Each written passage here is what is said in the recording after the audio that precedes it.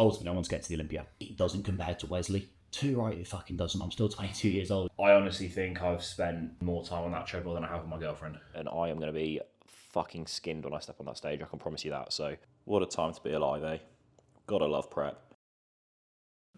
Right, fellas, it is currently 5:20 in the morning. It's Tuesday.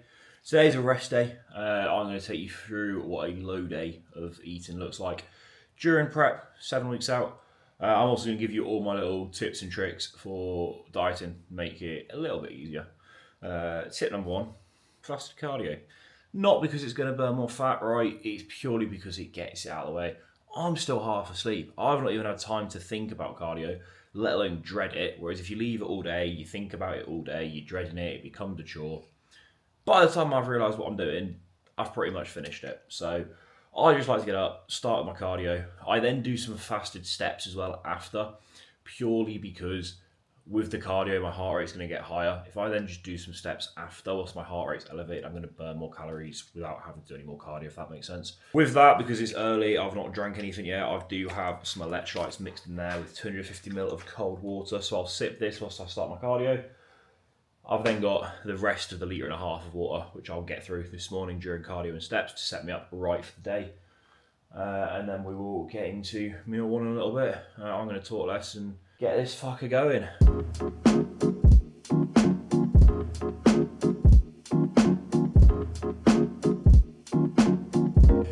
Cardio wrapped up. It's 6:01, as you can see here, just to show you how hard cardio should be.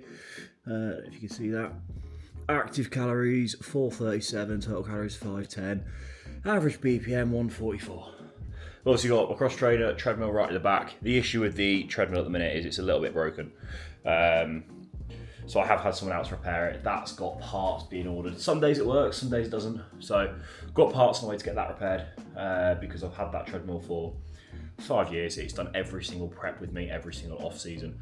I honestly think I've spent fucking more time on that treadmill than I have with my girlfriend. I bought a walking pad just for getting steps on to put inside because this garage does get very, very cold in the morning. So we'll head into there, do probably an hour of steps because it's quite early. I slept really poorly last night. It was the first bad night of sleep in prep.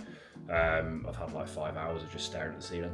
12,000 steps to do from now. So the steps I do during that cardio do not count towards my daily total. So let's go start working towards that 12k. Everybody else is still sleeping. We're out here getting ahead. So now so far, expenditure wise, I've boxed off 10,000 steps total, but obviously the steps I did during cardio, which in about half hour equates to about 3,500 is what my watch tracks. It's probably more than that, but because it's on the cross trainer, the watch only picks up so many. So about 3,500 steps don't count towards my 12k daily total. So realistically, we're actually at 6,500 steps for the day, and I need to get to 12, or I need to get to 15,500. That will then be cardio plus the 12k steps, and that's sort of dieting tip number 2. Really, is just general expenditure. I think for a lot of Europeans watching this, that's common knowledge. Everybody's like, yeah, of course you track your steps in cardio. That's just been the thing for bodybuilding for years. But weirdly, like in North America, that's not actually common practice. They still don't really do that, which is surprising. So yeah, it depends a lot on lifestyles to how valuable that'll be, but it's always good data. The more data you can be aware of, the better your prep will be, or fat loss phase will be. So even in the off-season, tracking steps is a great form of expenditure, more so for digestion. If I'm only doing 4,000 steps in the off-season, I can't eat. But if I'm doing 10k, I'll put away 6,000 calories, no problem. So it's always good just to be aware of it. I think doing what I do and slamming that many in the morning is a little bit extreme. I'd probably try to space them out a little bit more. And as I get close to the show and we're being more careful with fatigue management, I probably will. But for right now, I'm pretty easy going.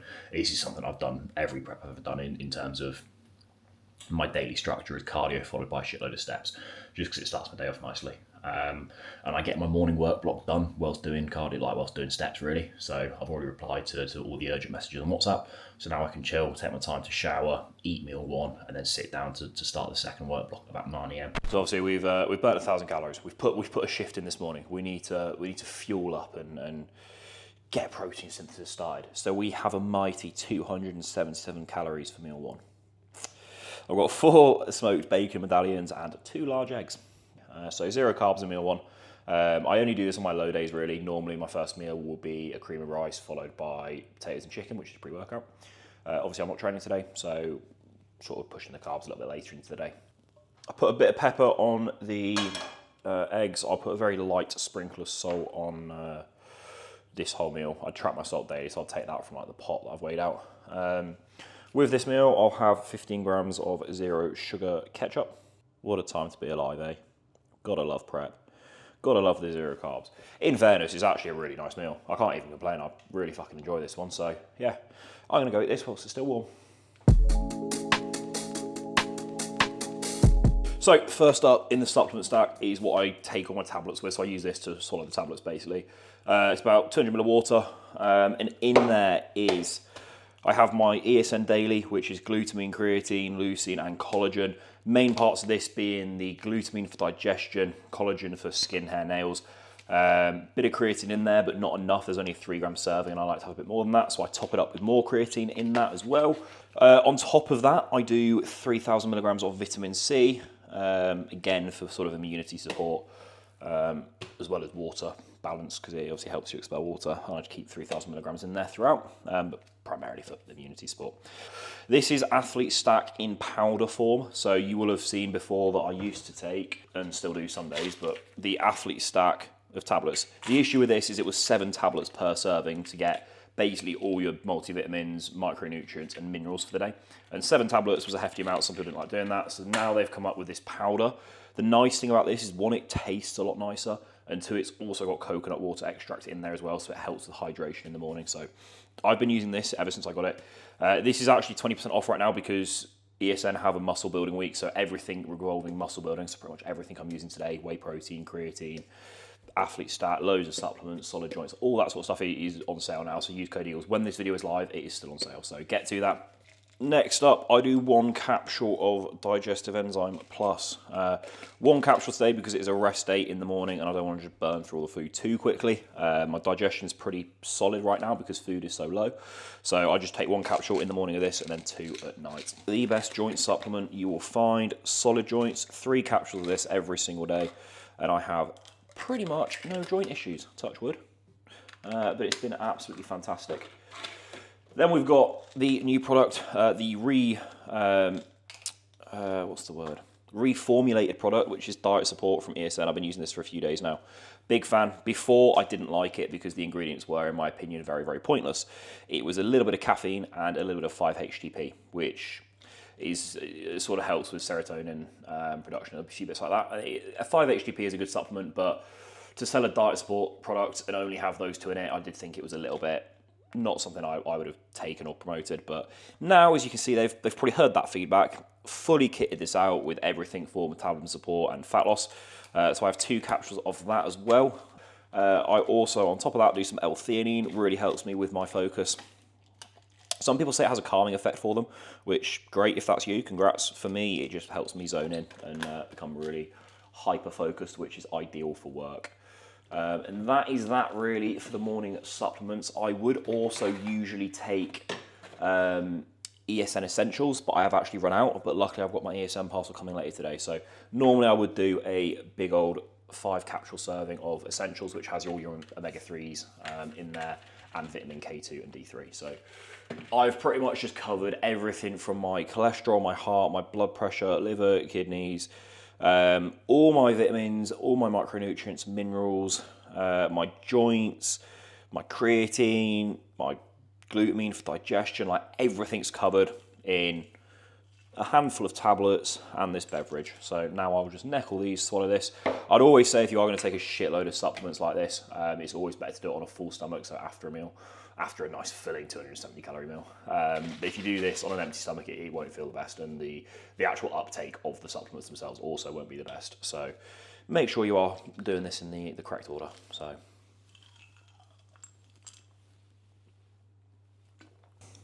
and just like that, that is about 30 tablets done in 3 mouthfuls, averaging about 10 tablets per swallow, which probably isn't the best. Probably not great, bit of a choking hazard. Wouldn't recommend doing that, but I've been doing it for so many years now, I can just get them down. So my Crank Energy, my caffeine. I have one energy drink pretty much every morning at the minute. They are 0 sugar, 0 calorie, whatever you want to call it, energy drinks. So not that bad, very similar to sort of a black coffee in the morning. The other nice thing as well with caffeine is it is an appetite suppressant. So if you are deep in the off season and you're the sort of person that slams monsters and pre, that's why you can't eat food. For me, caffeine intake in the off season, I limit it to about 200 milligrams per day. In prep, I do let it go a little bit higher. I think right now, if I'm having one energy drink, it's about 150 milligrams of caffeine per energy drink, and then I'll have a pre-workout as well. Some days it will be stim, some days it won't be. So I'd say on the high days of caffeine, it's 350, 400 milligrams maximum. Most days, you're probably still looking at about 200 in prep right now. As I get closer, that might increase. But right now, it's pretty minimal still. I'm getting the absolute most I can out of as little as possible, and it's actually working very well. Whereas preps prior, I have been doing like 700 milligrams of caffeine per day, and it's not been the best. I'll put the check-in on screen from yesterday morning. This was 218.2 pounds, which is my lowest of prep so far. I'm very happy with this check-in. The glutes are really starting to come through. You know, considering where we're at in terms of 7.5 weeks out, I'm more than happy with condition now. Really satisfied in a good place. It has been a tough few weeks mentally, and I do want to keep this prep series pretty raw and authentic and actually tell you about the emotions I was feeling, because typically for me, I don't. I just shut off and get the job done, which is what I did at the time. Now I'm through it, I do sort of want to open up a little bit and tell you where my head was at and why it was where it was and stuff like that. So I think we're more than on track now for 7.5 weeks out. I've actually got 2 high days tomorrow and the day after, just to fill back up, and I've got no direct cardio for the next 3 days. I've just got steps in the morning, so just on that beauty there. No cross trainer for the next 3 days, just to give my physique some life in it again, because obviously you saw in that video I am very flat. But you got to get flat to get absolutely mind-numbingly peeled, and Classic is a condition game at the end of the day, and I am going to be fucking skinned when I step on that stage, I can promise you that. So that's the goal. But 2 high days, spirits are good, vibes are immaculate, I'm fucking loving it. So gonna go enjoy this Crank Energy and get some work done. So I will catch you in a little bit for meal 2. I have boxed off a shitload of work, done some filming, done plenty. It's been a very productive morning. It's now 10:30. I'm gonna prepare my meal 2 now, because it takes about 20 minutes to half hour to cook, and then I've got tissue work at 11:30. So I'm gonna eat meal 2 now, have my tissue work, maybe go for a little walk, and then meal 3 later. So meal 2 and a meal later is very similar. It is potatoes and chicken for the first one, then potatoes and tilapia for the second one. So I've got 350 grams of raw weight white potato in both of these meals. So what I'm gonna do is I'm gonna cut up 700 grams of potato now, leave half for later, and then cook the first half now. I'm gonna put smoked paprika and rosemary on them. I put 3 grams of olive oil on them as well. I'm gonna dash them in the air fryer for about 18 minutes at 200 degrees Celsius, and they're gonna come out crispy and perfect. I'll put a little bit of salt on them, and I'll also fry up my chicken. So, because the chicken, I've already got a meal of chicken prepped from yesterday, so literally all I need to do is heat it up on the pan, just because I prefer to do that at the minute than microwave it. The next dieting hack would be make smart choices with your food. Choose the higher volume stuff, fruit and veg, well, mainly vegetables are a great way to pad out a meal to give it more volume. Another hack for dieting is just drink more water. If you just increase your water intake, right, you are going to be more bloated, you are going to be less hungry. I'd keep water intake probably 8 to 9 litres maximum, because if you are massively exceeding that, it's not the healthiest, because it can wash the protective layer off your liver, which you don't want to do. So yeah, I'd say sort of 10 litres at the absolute limit, depending on how big you are. Obviously for me, 10 litres is fine. If you're like 70 kilos, probably don't go for 10 litres. Those are a couple more hacks. I'm gonna wait for this to cook up, and I'll show you the final meal. So meal 2 is now cooked up. As you can see, we've got 350 grams of potato and 200 grams of chicken with a very pathetic amount of cucumber. I'm gonna enjoy this, watch a bit of YouTube, and then in 15 minutes time, it will be time for tissue work. So catch you then.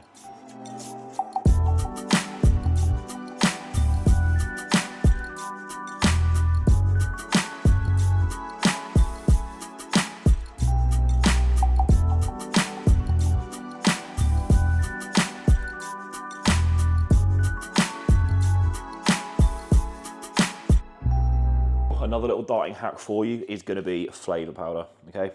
And what this is basically a flavour powder, so it's like a sweetener. You put 3 grams in to your rice pudding, your cream of rice, sort of anything. People can put it in their coffees if they wanted to. Oats is a great one for it. Creamies is what I use it for. And it's just going to basically flavour it without adding any calories. Now, some people will be there like, oh, but you don't want artificial sweeteners. Everything in moderation is okay. So a little bit of artificial sweetener, not going to affect you. If it is starting to affect your digestion, absolutely pull it out 100%. As I get close to the show, peak week, will I be using this? No, of course not. But I'm 7.5 weeks out right now. I might as well make my life easier, make the diet more enjoyable by using these sorts of tools. I don't actually use it on my cream of rice, but if I were to have like rice pudding, I would use it then. But the cream of rice is already flavoured, right? It's already a chocolate fudge flavour, so it's already got some artificial sweetener in there, so I don't need any more. But I do use probably 1 serving of this per day on normally my creamy meal at the end of the day. And I have absolutely no issues with any artificial sweeteners or anything like that. So next dieting hack. Now this is a big one. This is an important one, so listen up. Eat your meals with a small spoon. Now this is a teaspoon. This is my prep teaspoon that I've used every single prep. It's an odd one out. The rest of my cutlery does not match this. I brought this from my mum's house when I moved out. This is the sacred spoon. In the off season, I'm eating with the biggest spoon possible, right? In prep, I'm literally halving the size of the spoon because it makes the meal last longer, slows down your eating. You'll see people eat with a baby spoon in prep. Now, I think that's a little bit too extreme and you look like a bit of a fucking freak eating with a baby spoon personally. So I just use a teaspoon, right? Job done. Makes your meals last longer, slows down the pace of eating. If you're watching this and you're deep in a diet and you're watching this because you just like obsessing over food, the next dieting hack is stop doing that because you were just torturing yourself, okay? If your Instagram feed is just constantly these crazy cookies, meals, whatever, and you're constantly engaging with it, liking it, Instagram's just going to feed you more of that. Every time you open your phone, you're going to trigger your brain to think about food. It's going to make your overall diet, your prep significantly harder. So as hard as it may be in the moment, just click on it and do the not interested thing. So it shows you less of that. Same on TikTok, same on any social media. And just remove yourself from those environments. And then tomorrow, when you open Instagram, food won't be there. It won't trigger you mentally to think about the food. And it's going to make it go a little bit easier because you're not going to be torturing yourself constantly. So, Right, so that takes us, I've done a half hour of steps, as you can see down here. About a half hour of steps in, going well. That takes me to 14,500 steps total for the day now. Enjoy doing a little bit of steps after the tissue work just to get the legs. That tissue work is very much needed. Loosened me off a lot. I feel significantly better. Steps boxed off nice and early, coming up to 3 p.m. now. So that's pretty much all expenditure done for the day. I will jump back on there and do another very light, very slow, sort of 5-10 minute walk after my final meal. Always do, just to make sure that digests well. I'm going to have a bath at some point. I might do that soon, to be fair. I'm probably going to cook and eat another meal and then have a bath just to help the legs relax and muscle soak off a little bit more. Epsom salt bath. And chill out there. I've got a little bit more work to do as well, but I can do that whilst I eat, so that's not a problem. Plan now is going to go stick this camera on a tripod and then sort of talk you through where my head's been the last few weeks. I think what I've very much had the realisation the last few more so the last few days, and essentially a week as well, to be fair, is like, instead of overanalyzing this pressure and really letting it get to me, it's like, it's what I said a few minutes ago, it's like, I'm currently living my dream and I just want to enjoy that. So I've sort of shifted my perspective, now to just fucking enjoy this. And since I've done that, my body's responded fantastically, had a nice big drop down to 218. I'm actually enjoying the look again. I'm not being hypercritical and just hating it for the sake of it doesn't compare to Wesley, right? It fucking doesn't. I'm still 22 years old. It's my pro debut season. It's like I've set myself such a high expectation that everything is then deemed as a failure to me, and it completely sucked the fun out of it. So yeah, I think that perspective change to just realise that this is all I ever wanted, was to be prepping for a pro show, have a bit of a buzz, have some hype, have some expectation around me. They're all very positive things, and I somehow had become fearful of them to the point where they became a very negative thing, which they're not. It's as Chris said, it's genuinely a privilege to be in this position. And since realising that and changing my mindset around that, I've enjoyed this a lot more. And so now my sort of ideal outcome of this year is so the way I look at it is ultimately I want to get to the Olympia. Okay, well, ultimately I want to be top 10 at the Olympia. That's the goal. Like, anything outside of top 10 for me at the Olympia is like, I would fucking love it because I'm at the Olympia. I am an Olympian. That's all I want to say.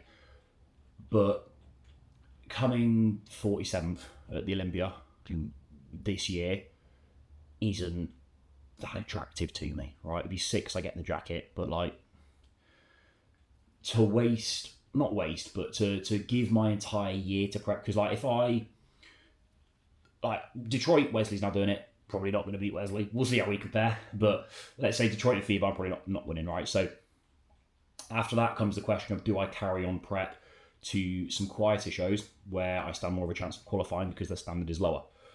Those absolutely exist, and I absolutely could carry on for those shows, and I very well may. It purely depends how I feel at the time, but my mindset right now is it's not worthwhile doing that because I'm going to be carrying on prep to scrape a qualification when I'm not truly Olympia worthy yet. And when if I do scrape a qualification, that means I've then got to prep for the Olympia towards the end of this year, which means this entire year is then spent in prep, not making progress. And so when I actually thought about it and looked at the bigger picture, it's like, I'm really happy with the shows I've chosen. I'm really happy with Detroit, and I'm really happy with FIBO because there are top 10 guys in it.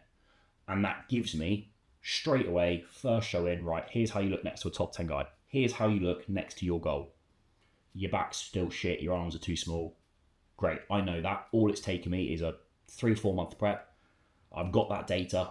I can just in and out, back to the off season, get bigger, get better. Because I'm probably not there, I'm not top 10, right? Whereas to prep this entire year, not make progress towards getting better, come possibly 47th or fucking last place at the Olympia, it's like, great, I got to the Olympia, but at what cost? You know, because then next year I need to prep again to qualify again. And there's not going to be that much time to actually run an off-season, prep, qualify, and then prep for the Olympia again. It's like, I'll then be in this never-ending spiral, just rushing and trying to qualify for the Olympia for the sake of qualifying for the Olympia, not thinking about what I truly want to achieve. And what I truly want to achieve is top 10. And that's where picking these shows gives me a look at how far off I am from top 10 at the first fucking show. I can do that, enjoy that, show you all of that, and then come away from that and say, like, right, sure, okay, massively improved from when I turned pro. However, there's a lot of work to do. And I can get straight to an off-season. I can spend the rest of this year growing, getting better, and I can come back next season, where I very well may then be closer to that top 10 spot, where it's then worthwhile doing a number of shows to then get to the Olympia. And that's kind of where my mindset's at. And that's not to say I've admitted defeat, I'm not going to the Olympia this year. Who fucking knows what's going to happen, right? I've got a lot of self-belief in myself now, and I'm very happy with the package, that I do think it's going to be interesting at some shows. And in best believe, if I fucking qualify for the Olympia, I'm going. I'm not sitting out.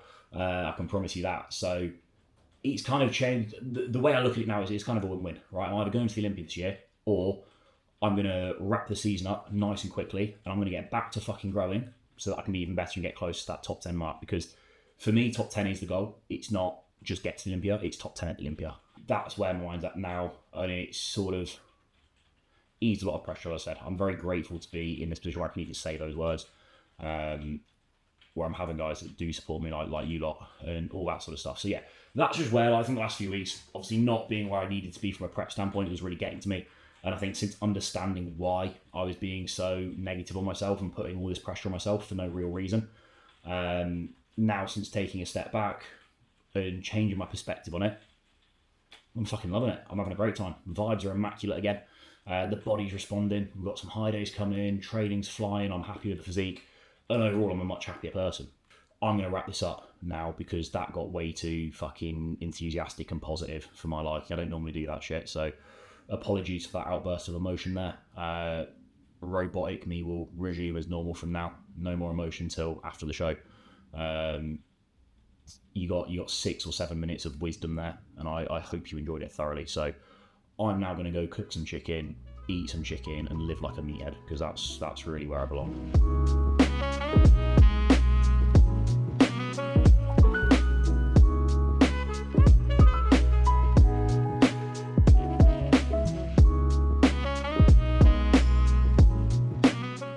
So meal 4 has been polished off. I'm just going to show you the next little dieting trick. I'm not doing it today because I don't need it, because I had an energy drink this morning, but it would be something like having a 0 sugar, 0 calorie sort of carbonated beverage of some form, whether that be an energy drink like a Monster or Fanta Zero or Pepsi Max. Pepsi Max is my favourite, really. It's going to, you know, provide some sort of satiation whilst being 0 calories. Now, I myself tend to limit it to one of those a day, whether that be an energy drink in the morning or like a Pepsi Max sort of probably earlier afternoon. If it's a really tough day and I'm struggling, I may have 2, but rarely, very, very rarely. I like to keep it to 1 because it's the same as what I said earlier, everything in moderation. So that goes to my clients as well. I tend to say, you know, 1 sort of 0 calorie drink per day is absolutely fine to use it as see fit. For me at the minute, I'm really enjoying my energy drinks, my Crank Energies, but there'll be some days where I'm just craving a Pepsi and I've not had an energy drink in the morning for whatever reason. I've had like a black coffee or something, so then I'll have a Pepsi in the afternoon. But today I don't need that, I'm doing fucking fine. As I said, vibes are immaculate. So, right, meal number 5 is here. We have 250 grams of tilapia and then 350 grams raw weight potatoes, just cut up into cubes like I did earlier, with 3 grams of olive oil covered on those to help them crisp up nicely in the air fryer, and then just the rest of my daily salt on there from my little salt pot that I weigh out in the morning. I'm going to enjoy this, and then it is time for the podcast, so I will catch you after. Right then, so podcast wrapped up. It's now 7:45. I was on there for like an hour and 45 minutes. So surreal, just imposter syndrome the whole time. Said some very kind words, so please do go and watch the podcast. I mean, it was about 20 minutes about me. The rest of it was just their regular podcast, and I was just on it with them. It was like I was just sat there watching the podcast like live and being part of it. So it was weird. It was sick. Really cool opportunity. Some great advice from all of them. So we'll put that into practice. As I said, it's now 7:45, which means it's time for my final meal of the day, meal 6. Yeah, I am going to go whip up this creamy.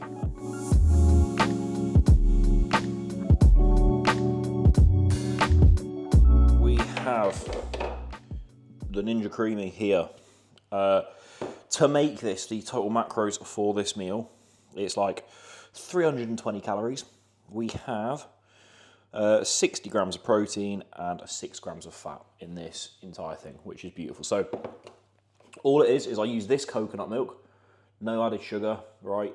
250 ml of this, which is about 45 calories, pretty much just straight fat. So that's like 3 and a bit grams of fat just in that, and that's it. So all that's in there, so that's fantastic, nice and clean. With that, I also do 45 grams of Designer Whey, Leon cereal, of course. So 45 grams of Designer Whey in there with 250 ml of this coconut milk, and then I add 50 ml of water to that, mix it all together, slap it in the freezer. I prep like 4 or 5 of these at a time, so I just got this one out of the freezer now.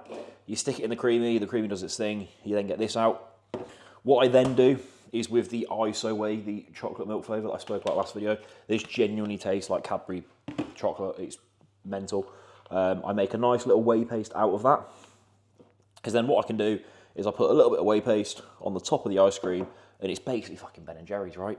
And then the finishing touch, as I mentioned earlier in the video, is the flavour powder. So total calories on my low day, rest day, which was today, is 2,400. Total carbs was 200 grams, total fats 40 grams, and total protein was 320 grams. So you've seen the full meal, 6 meals, 3 without carbs in, and then 3 meals with carbs in. Obviously, when carbs get pulled, I'll probably pull the cream of rice meal next. Or even just pull the potato and have, 2 salad meals. Like, it really doesn't faze me that much. If carbs have to come lower, I'm absolutely happy. Hopefully there have been some useful tips throughout this video as well for dieting. I'm now just going to round off the day with my last supplements. Ever so briefly, this one won't take as long. Great, it was meant to be some Biotic Pro. So I do 1 capsule of the Biotic Pro. I do 1 cap of N-acetyl L-cysteine, NAC Pro. I do 3 caps of Ashwa Pro, so some ashwagandha. Helps like de-stress, calm down. It's been a busy day. And I also do 2 capsules of, 3 capsules now at this point in prep, of liquid curcumin. So this is liquid, so it's more bioavailable than just a regular tablet. The reason you want to be doing these two, the NAC Pro and the curcumin at this time, away from training, obviously it's rest days, so it doesn't matter, but I normally train in the morning, so I will take these late at night because they are anti-inflammatory. And with that, you don't want to take those around the training window because obviously you want an inflammatory response. That is what hypertrophy is.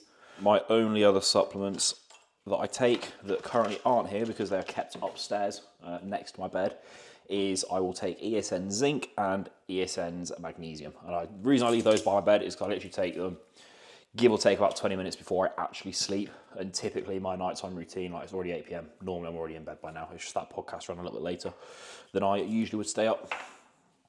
I get in bed, I put on the compression boots. So the big, I can't remember the brand. You've seen me use them before. They just are basically anti-inflammatory on the legs. So again, that's part of my recovery process. So you've seen a lot of my recovery today that I do post leg days. Tissue work being the primary. A hot bath or a cold bath, some form of bath. Today it was hot with Epsom salt. And then the final part is for half an hour before I go to bed. I put my compression boots on and they just squeeze all the inflammation out of my legs basically. So I'll sit in bed, do those for half an hour to an hour whilst watching some sort of TV program on Netflix or Disney Plus or whatever that Em wants to watch. We'll watch that together. And then halfway through that, I'll take my zinc, my magnesium, start to wind down, lower the brightness on the screen. I normally drift off to sleep whilst that's still playing and she's watching it. And then that is it for the day. I end up getting up at 5 a.m. She doesn't get up till like 7, 8 a.m. depending on her day. So we're on a similar schedule. We go to bed very early. I just tend to fall asleep first and then get up first. She falls asleep a little bit later and gets up a little bit later. So that is that. Thank you for watching this video. Hopefully you've enjoyed it. I think it's been a bit of a longer one, but you got a very in-depth look at what my rest day currently looks like. Complete look at my food.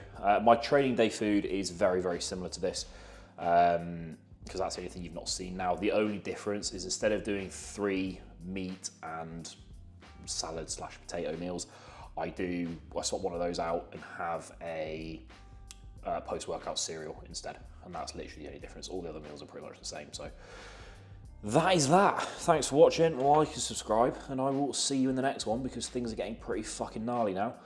I've got 2 high days of 700 grams coming up, which I'm very excited for. No cardio for 3 days. Vibes are immaculate. And we're going to bring something pretty fucking special to Detroit. So I will see you next week.